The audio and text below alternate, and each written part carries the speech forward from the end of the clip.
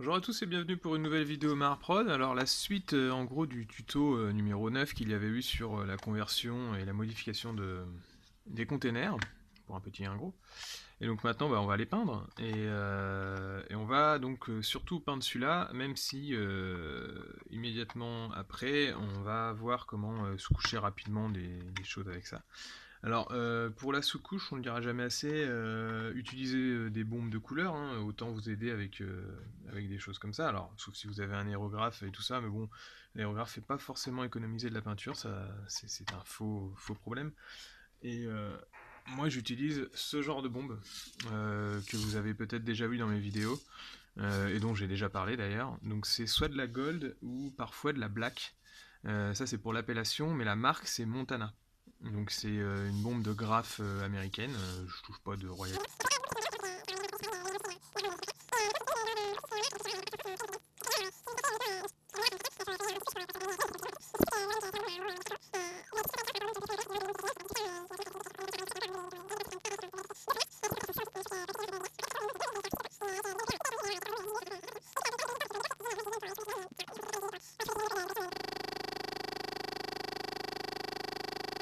Par exemple là j'ai couché tout l'intérieur de ce décor avec une bombe de blanc, Montana, hein.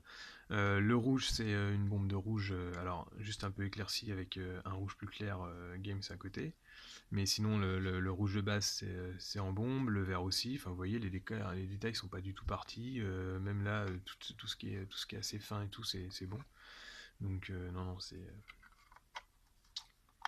Prenez des bombes pas chères, genre 4 euros de la Montana, et vous y reviendrez pas. Bon, justement tout de suite on va voir une petite phase de sous-couche. Alors nous voilà en bas, juste pour la sous-couche, dans un espace plus aéré, hein, parce que bon, vaut mieux soit utiliser un masque, soit faire ça à l'extérieur. Donc moi dans mon atelier c'est assez grand et aéré, donc c'est bon. Désolé pour le petit côté pub juste avant, hein, c'est pas de la pub d'ailleurs, je touche absolument rien sur ce genre de bombe, mais c'est juste que ça m'énerve de... Enfin ça sert à rien de dépenser trop pour du matériel qui n'est pas bon. Donc voilà, là, on a une bombe de gris brillant qui donne ce genre de truc. Donc je vais en fait faire la sous-couche avec ce gris brillant là, à part pour celle-là où on va vraiment voir une peinture complète au pinceau, parce que tout le monde n'a pas forcément des bombes. Et pareil sur celle-là, je vais la faire globalement à la bombe, donc avec des masquages, vous pouvez avoir les bandes centrales. Donc c'est parti pour la sous-couche.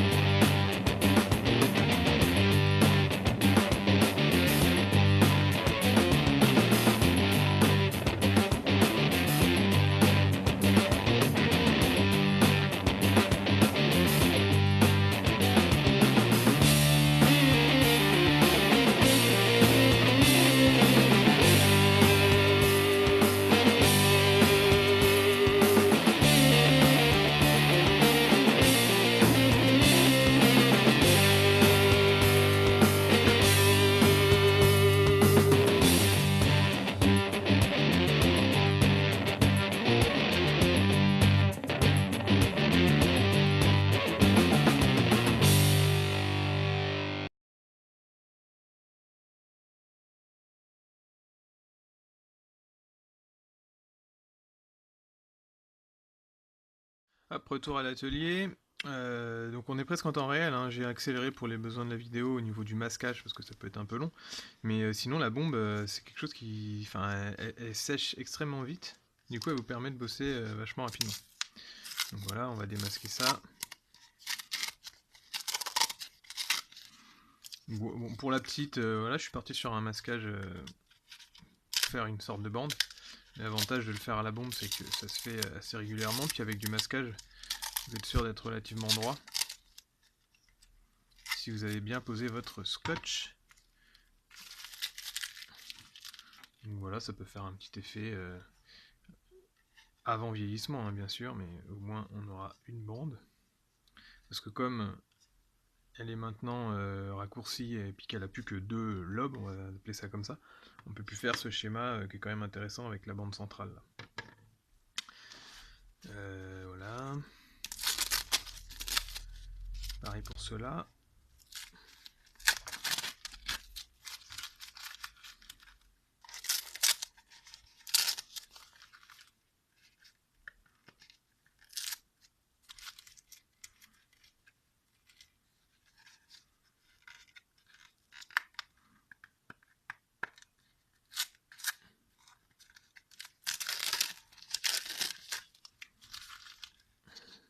Hop, on a un début. Alors voilà, bon là j'avais un petit peu loupé le masquage, mais c'est pas du tout grave puisque de toute façon on va vachement vieillir le dessous, on va mettre de la rouille et tout.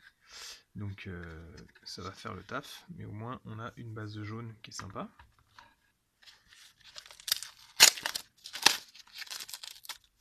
Et donc là, comme je vous disais, j'ai pris l'habitude de sous-coucher en gris, une sorte de gris qui ressemble au gris codex. Parce que en fait, c'est une question d'habitude, mais ce gris là il permet à la fois de faire des couleurs claires ou des couleurs sombres. Je vais coller la façade maintenant que la peinture extérieure est faite. Parce qu'en fait si je l'avais collé avant, ça m'aurait pas permis de mettre les façades à plat. Et puis les coups de bombe auraient pu rentrer à l'intérieur, alors que là, en dirigeant bien sa bombe, c'est resté tel quel.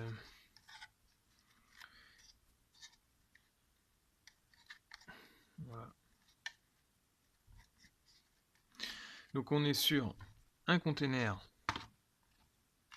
sous-couché avec une base de rouge posée à la bombe qu'on va maintenant venir vieillir avec des techniques toutes bêtes de brossage à sec et compagnie pour arriver à ce rendu là.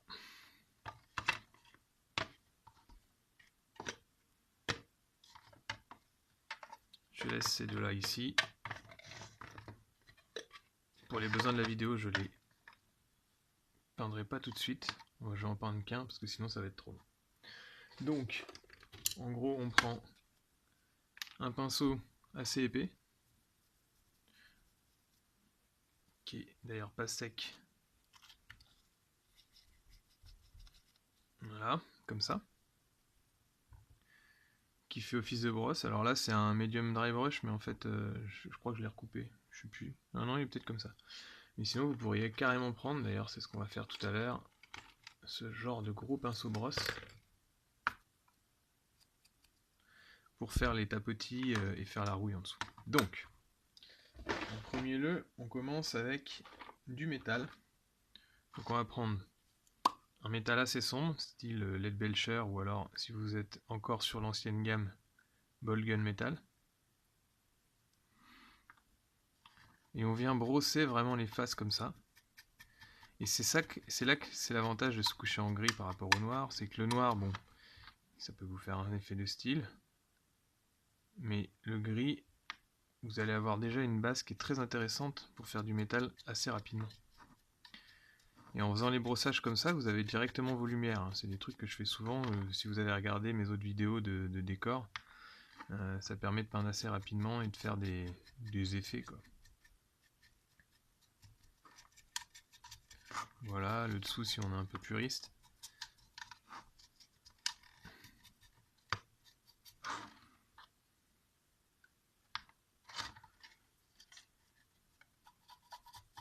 Donc j'y vais en grosse trace, comme ça. Sans hésiter.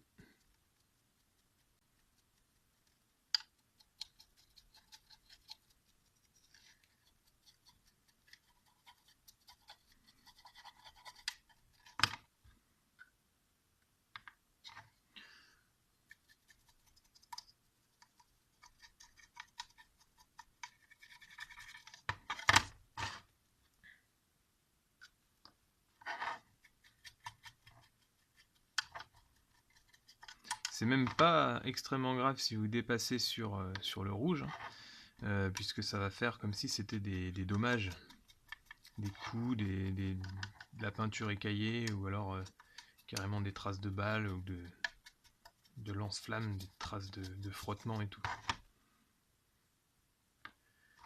Pareil de ce côté-là.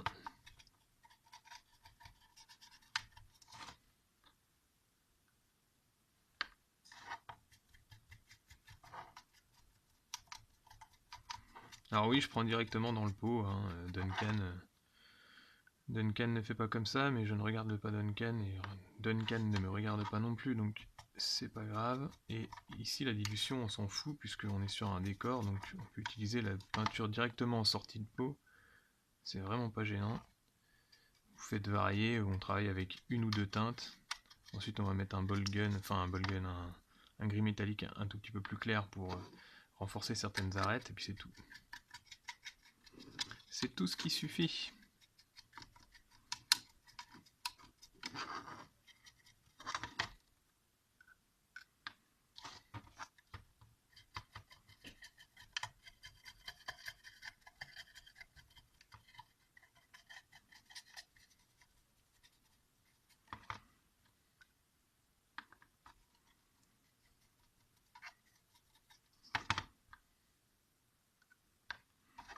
Désolé, je parle pas beaucoup, mais je reste avec vous, je suis derrière la caméra, je suis là, c'est moi qui tiens le pinceau. Donc voilà, on va faire un peu le dessous comme ça. Et puis là, je sais plus comment j'avais fait sur celui-là, non si, j'avais fait les croisillons quand même, mais pas ceux du dessus. Donc, du coup l'idée c'est vous essuyez un peu votre pinceau un peu partout, puis ensuite vous commencez à passer pour frotter juste les arêtes. Et puis éventuellement à commencer à faire des dommages. Alors les dommages, en gros, l'idée c'est de découvrir le métal. Donc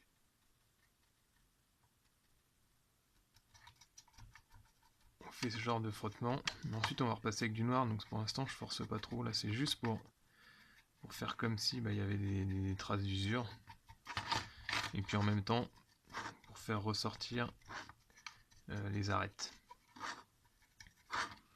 Donc le brossage à sec, c'est un petit truc à trouver entre le pinceau trop sec ou le pinceau trop mouillé, et ça c'est avec l'expérience que vous aurez.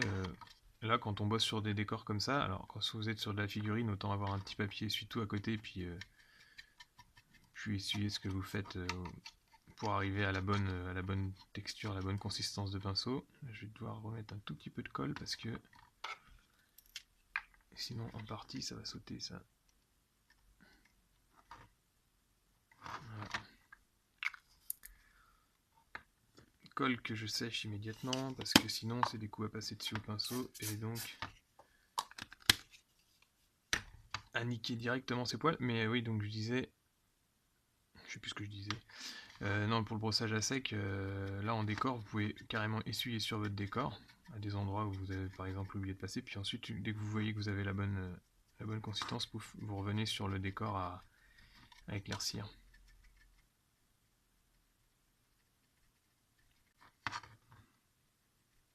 Donc là j'en profite pour faire les croisillons avec mon pinceau qui est un peu sec. Pas besoin d'être plus que ça par exemple.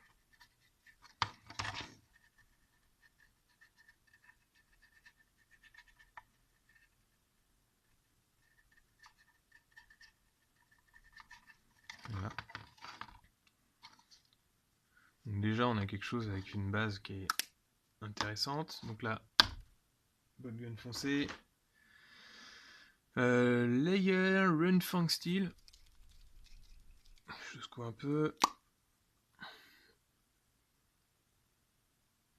pareil, directement dans le pot, on s'en fiche. Et donc là, c'est ce qui va servir à faire les éclaircissements un petit peu.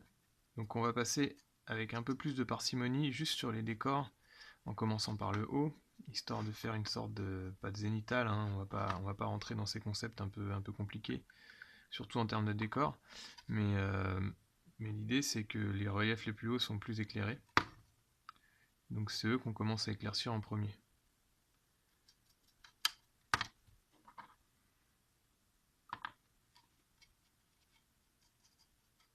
Donc ça c'est à votre convenance, hein. Dès que vous voyez un relief qui vous paraît bien, bon, vous passez dessus, et puis vous essayez de vous arrêter globalement, vous forcez sur le haut, vous vous arrêtez à la moitié, et puis vous faites pas du tout de ce genre d'éclaircissement sur le bas, et ça va vous faire déjà des effets de lumière sympas. Et puis au niveau du métal, vous pouvez carrément aller jusqu'au blanc pour les lumières, c'est-à-dire après à la fin repasser avec un couleur du blanc pur sur les reliefs les plus saillants. Donc voilà, par exemple là on en est là.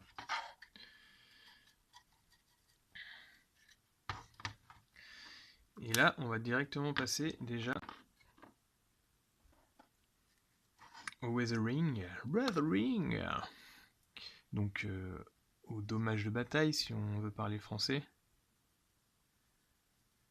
C'est-à-dire toujours en brossage à sec, même si je viens de tremper mon truc un peu dans le pinceau. Dans l'eau, je veux dire. Par exemple, là, on a... Imaginons, on va faire un... Enfin, je sais pas, la peinture aurait chauffé, ce serait caillé. Donc, en fait, on va tapoter pour faire une zone noire. On peut la faire là aussi. Déborder sur le rouge.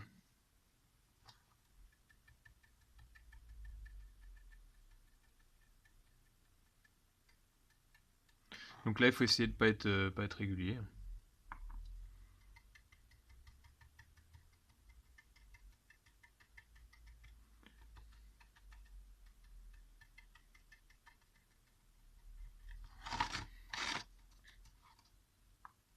Et c'est à l'intérieur de cette zone noire qu'on va mettre un tout petit peu de gris. Et ça qui va donner un effet vieilli, un peu comme si ça avait chauffé, ou alors qu'il y a eu, je sais pas moi, un coup dans la peinture. Et ça, vous l'aurez en observant un peu autour de vous par exemple, si vous êtes sur une ville côtière, la patine que prennent les vrais containers, ou alors, par exemple, les bâtiments, les voitures aussi, ça peut parfois être vraiment vieilli.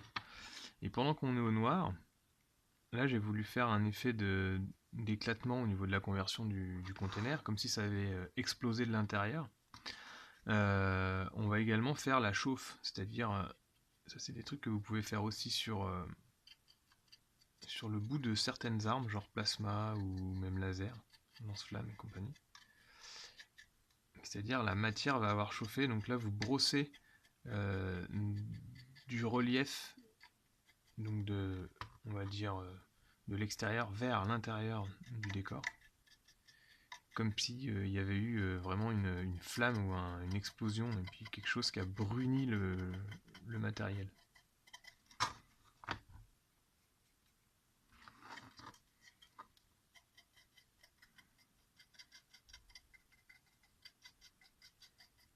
Alors ça s'observe un peu moins, sauf si vous avez eu une catastrophe industrielle à côté de chez vous, ce que je vous souhaite pas. Mais ou pire, une guerre. Mais en gros, voilà, c'est de la logique. Et puis c'est peut-être des images que vous pouvez également trouver sur internet, soit de décors déjà faits, soit hop là, soit d'images de conflits.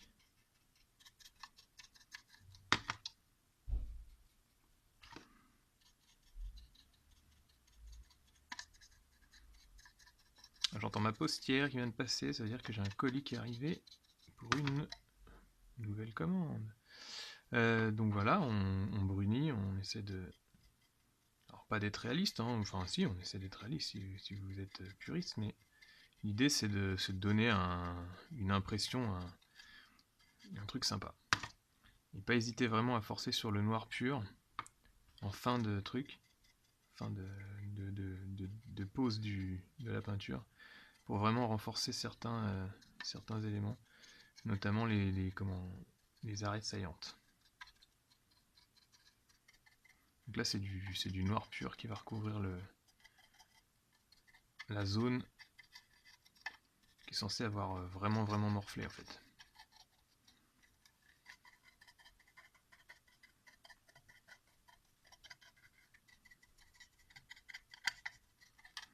Donc vous voyez, c'est que du tapotis. C'est la peinture vraiment, enfin c'est au feeling, hein, vous y allez, là on est en vitesse réelle, hein, c'est pas du tout accéléré, je parle en même temps. Donc je bosse assez vite pour avoir, enfin pour être dans le ressenti en fait. Une fois que ça vous plaît, voilà. Hop. Vous avez ces genres de petites cheminées là, donc ça c'est pareil. C'est censé être des sortes d'aération, donc il faut forcer le noir, comme s'il y avait, bon, je sais pas moi, quelque chose qui était sorti de ça, ou qu'il y avait un système d'aération intégré au container, ce qui au 41e millénaire est complètement possible. Tous les containers sont toute option avec le système d'aération, la pompe à bière, les feux rouges intégrés, enfin bon, bref, qui sont même défendus par des tourelles automatisées et tout ça, donc...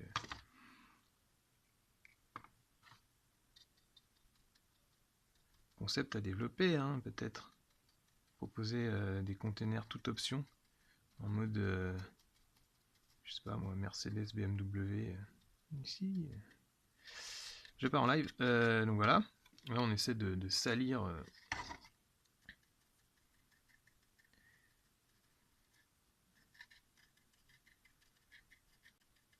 ces arrivées d'air ou de je sais pas quoi.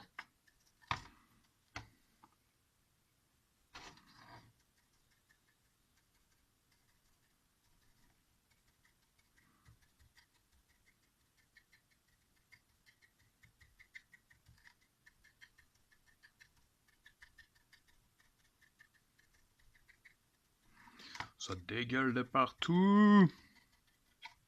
C'est ça qui est bon.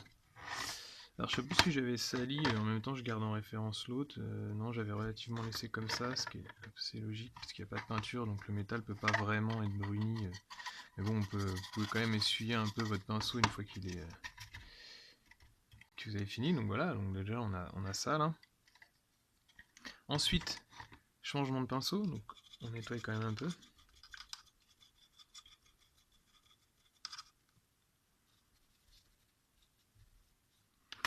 Là on prend un plus fin, et puis toujours avec du noir, ou avec des lavis si vous avez, mais le noir marquera mieux. Puis le lavis vous pouvez le faire à la fin pour faire renforcer les trucs. Pour faire renforcer des détails, je veux dire. Là vous allez par contre diluer beaucoup votre couleur. Et puis on va faire des coulures pour avoir ce genre de rendu. Là.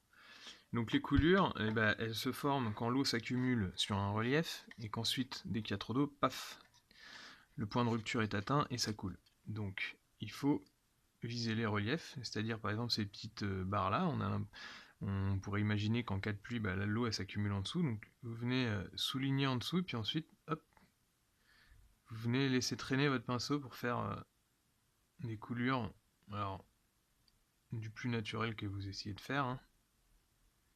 Faire ce genre de truc. Vous n'êtes pas obligé d'en faire partout, mais ça va renforcer le sentiment. Puis plus vous multipliez les textures, plus vous avez un sentiment de réalisme. Alors faut faire attention parce que on a tendance quand on fait ce genre de truc à être un peu systématique, c'est-à-dire là sur les 3 zones, tu vois, on aurait pu imaginer que je fais, là j'essaie de faire gaffe, mais on a tendance à faire tout le temps un peu les mêmes traces. Voilà.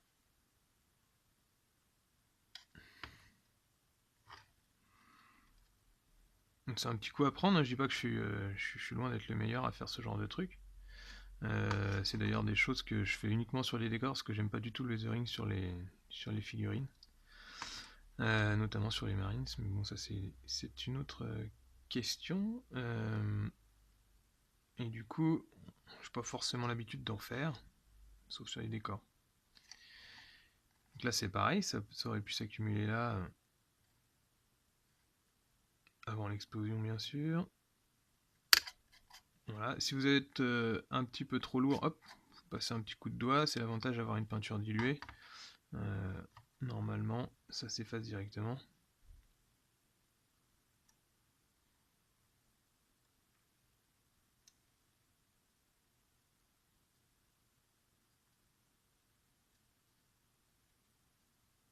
Et donc ça, vous pouvez le faire en un ou deux passages, c'est-à-dire là on est en noir, et après vous pouvez passer par-dessus avec, par exemple, le noir. En première couche, je ferai comme si les coulures étaient vieilles, et en seconde couche, vous passez un lavis un peu plus clair, et ça fait, sur le même principe que le sang d'ailleurs.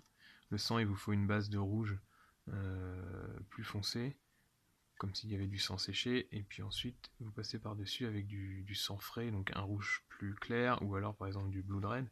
Et ben là c'est pareil, en, en seconde couche, vous pouvez passer des lavis, la Grax Sershade ou alors un Rekland Fleshwash là. C'est très bien et ça va vous faire comme s'il y avait des coulures plus récentes.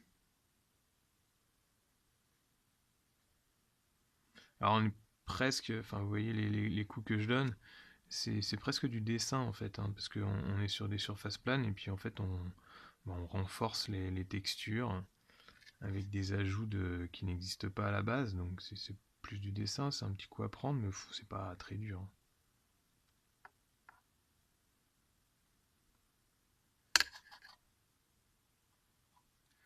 Voilà. Pas besoin d'aller beaucoup plus loin, là déjà on est pas mal. Et puis maintenant, donc tout ça en 22 minutes,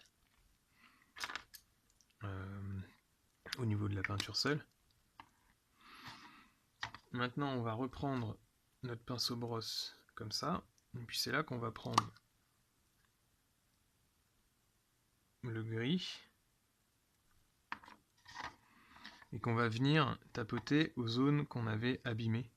Donc pas les zones de chauffe des cheminées, mais au centre des zones qu'on avait fait en noir. Et ça fait comme si vous aviez découvert le métal et qu'il y avait eu, je sais pas quel dommage. Donc là on le voit mieux sur la zone du dessus, qui était un peu plus grande, voilà, si on la montre à la caméra. Et donc, on vient faire des tapotements comme ça, dans cette zone. Pareil sur la zone noire là.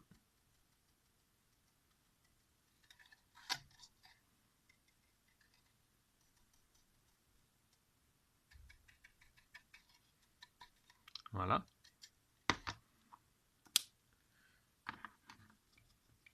Là en l'état on commence déjà à retrouver le rendu de celui-là. Et donc pour le dessous, là on passe à la grosse brosse. Et on va prendre différents marrons. Si je les retrouve dans ma boîte.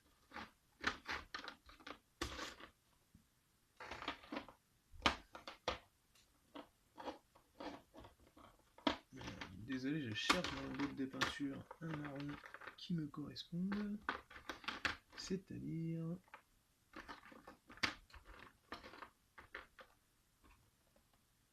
Voilà, on a un Rhinox qui a un marron qui est très foncé.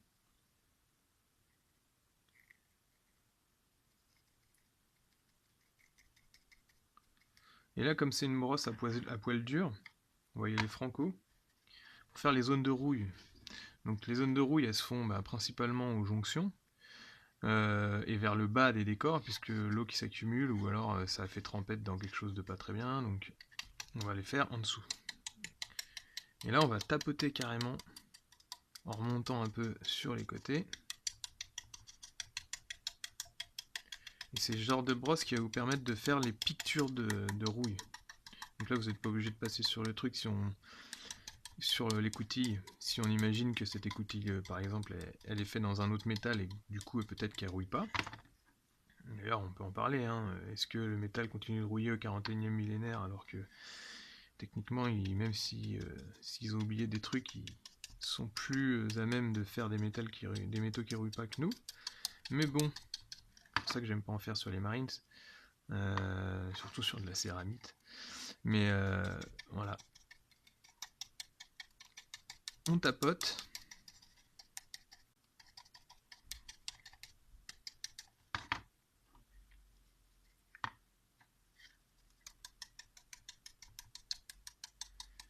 On a cette piqûre. Piqueture, pas picture. T'as vu mon accent anglais? La classe. C'est mon prof d'anglais qui serait content. Hop.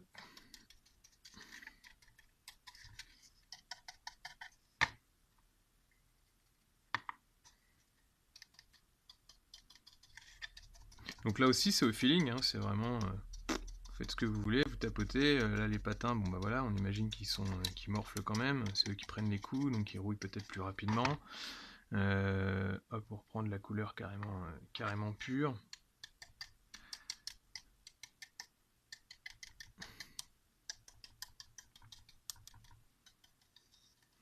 On remonte un peu sur les portes.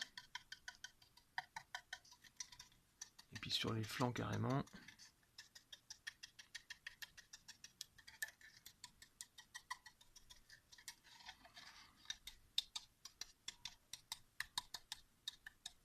Vous entendez que c'est un pinceau qui est vraiment dur. C'est des pinceaux brosse en poil de porc. C'est des trucs qui sont vraiment pas faits pour normalement peindre sur ce genre de décor, mais bon, enfin, tout sert à tout, hein, ça reste un outil. Voilà. Une fois que vous avez fait ça, vous allez passer sur un marron plus clair. Donc là, je vais être sur carrément un truc de texture. Vous n'êtes pas obligé de le prendre en texture, mais on parle d'un marron qui est plus orange. Moi, je m'en sers pas comme d'une texture. Bon là, en plus, il est un peu sec, mais comme tous les pots de texture, d'ailleurs, c'est une arnaque ce truc. Mais c'est juste pour faire un éclaircissement. En gros, c'est faire de la rouille plus récente. Et donc vous allez partir sur les oranges parce que la rouille, au niveau des métaux, je veux dire simples, ça part sur des rouges. Après, il y a différentes formes de rouille. Il y a des rouilles qui partent sur des bleus, sur des verts, quand c'est de l'oxydation, sur plein de trucs. Mais là, on veut faire quelque chose de visuel et d'assez simple. Ce qui peut faire presque office de boue. Si vous êtes sur des peintures moins sèches avec un pinceau donc moins dur que ça et que vous tapotez pas, avec les mêmes couleurs vous pouvez faire des effets de boue. Et après, pour garder l'effet mouillé, vous mettez à l'intérieur de votre dernière couleur d'éclaircissement un peu de vernis brillant. C'était l'astuce du jour. Eh oui. Voilà. Et après on finit carrément par un orange. Alors là mon pot il est complètement mort, mais je tiens d'ailleurs à préciser que Games Workshop a oublié de le refaire celui-là. C'était du Blazing Orange et je crois qu'il se fait plus parce que maintenant il s'appelle du Wild Rider et c'est pas du tout pareil. Non, c'est pas du tout pareil. Donc là on part carrément sur des oranges qu'on va quand même poser avec parcimonie. Non, vous la connaissez pas, parcimonie. Bon. Blackberry. Voilà, juste à certains endroits, pareil, quand vous avez été un peu trop lourd, vous essuyez.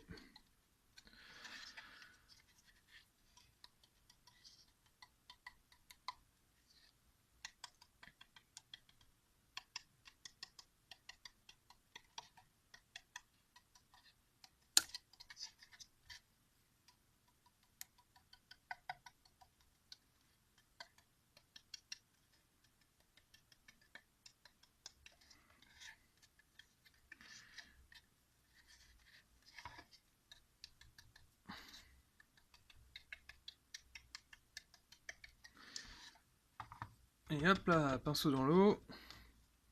Donc vous voyez là on a bon, un container qui est terminé, hein. Il n'y a pas beaucoup plus. On pourrait faire une sorte de logo là, ou un logo abîmé. On peut renforcer un peu certaines textures. On peut peindre les crânes en blanc si on veut pousser un peu les décors. Les détails je veux dire. Et puis pareil, peindre les petites lampes. Mais là pour la vidéo, bon, bah, je vais m'arrêter là. On arrive à 30 minutes de vidéo, donc en 30 minutes on peut vraiment arriver à quelque chose de bien. Surtout que là j'en ai fait qu'un et j'aurais pu travailler les trois ensemble, ça m'aurait pas pris beaucoup plus de temps. Et ça aurait permis d'optimiser le temps. Et donc pour le principe, deux containers côte à côte. Voilà. Ça passe très bien. Là j'avais même forcé un peu les éclaircissements, donc ce que je vous avais dit avec du noir puis ensuite des lavis. Donc bah, à vous de le faire aussi ici, hein, de continuer sur le même principe. Donc voilà pour cette vidéo, j'espère qu'elle vous a plu. N'hésitez pas à la commenter, à me demander les références des différentes peintures que j'ai utilisées, et puis éventuellement de revenir sur certaines techniques si vous n'avez pas tout compris. N'hésitez pas à partager ma chaîne et à vous abonner, et à bientôt pour un autre tuto vidéo.